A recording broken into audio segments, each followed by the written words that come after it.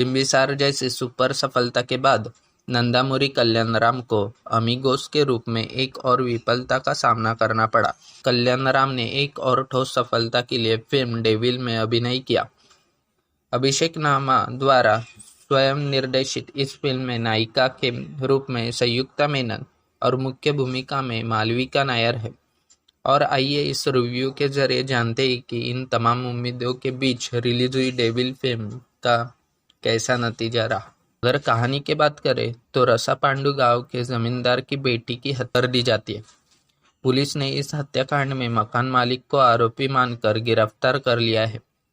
बाद में मामला British secret service agent devil के हाथ में जाता है। यहीं पर नाइशादा का परिचय शैतान से होता है। डेविल रसापांडु गांव के जांच शुरू करने के बाद इस मामले में कहानी एक गुप्त कोड तक जाती है जो नेताजी सुभाष चंद्र बोस के पास आए था। छोटे से गांव में हुई हत्या का क्या कनेक्शन है? एनआईएम चीफ बोस का बचाव।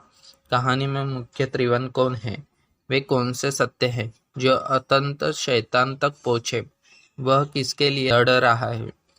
यह बाकी कहानी है। हमसे अधिकांश लोग चंदा मामा की कहानियों से परिचय देते। क्या आप जानते हैं कि वे कहानियां इतनी बड़ी हिट क्यों हुई? वो सभी कहानियां बहुत ही सरल है, कहीं कोई भ्रम नहीं है। सफलता का यह फॉर्मूला फिल्मों कहानियों पर भी लागू होता है, लेकिन यहीं पर शैतान फिल्म पटरी से उतर जाती है। दो फिल्मों के लिए उपयुक्त कहानी को एक में बनाकर यह फिल्म औसत दर्शकों के लिए बोझ बन गई है, क्योंकि फिल्म को औसतम कहानी कहने की तरह बताया जाता है।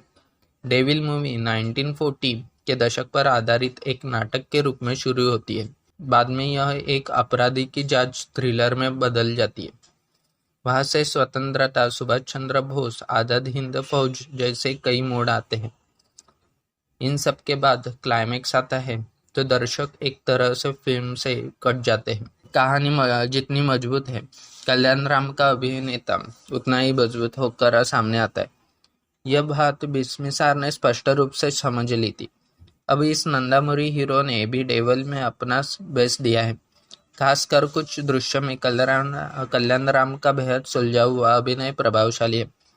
वही हीरोइन संयुक्ता मेनन हमेशा की तरह अपनी खूबसूरती के साथ अपनी एक्टिंग में लाजवाब है। इनके बाद हमें बात करनी है सत्या के किरदार की।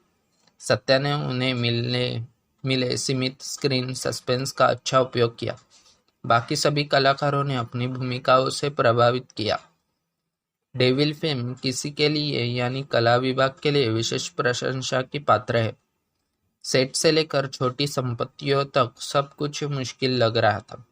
1940 के दशक की इस पृष्ठभूमि का वापस लाने के लिए गांधी नादी कुंडीकर ने कड़ी मेहनत की।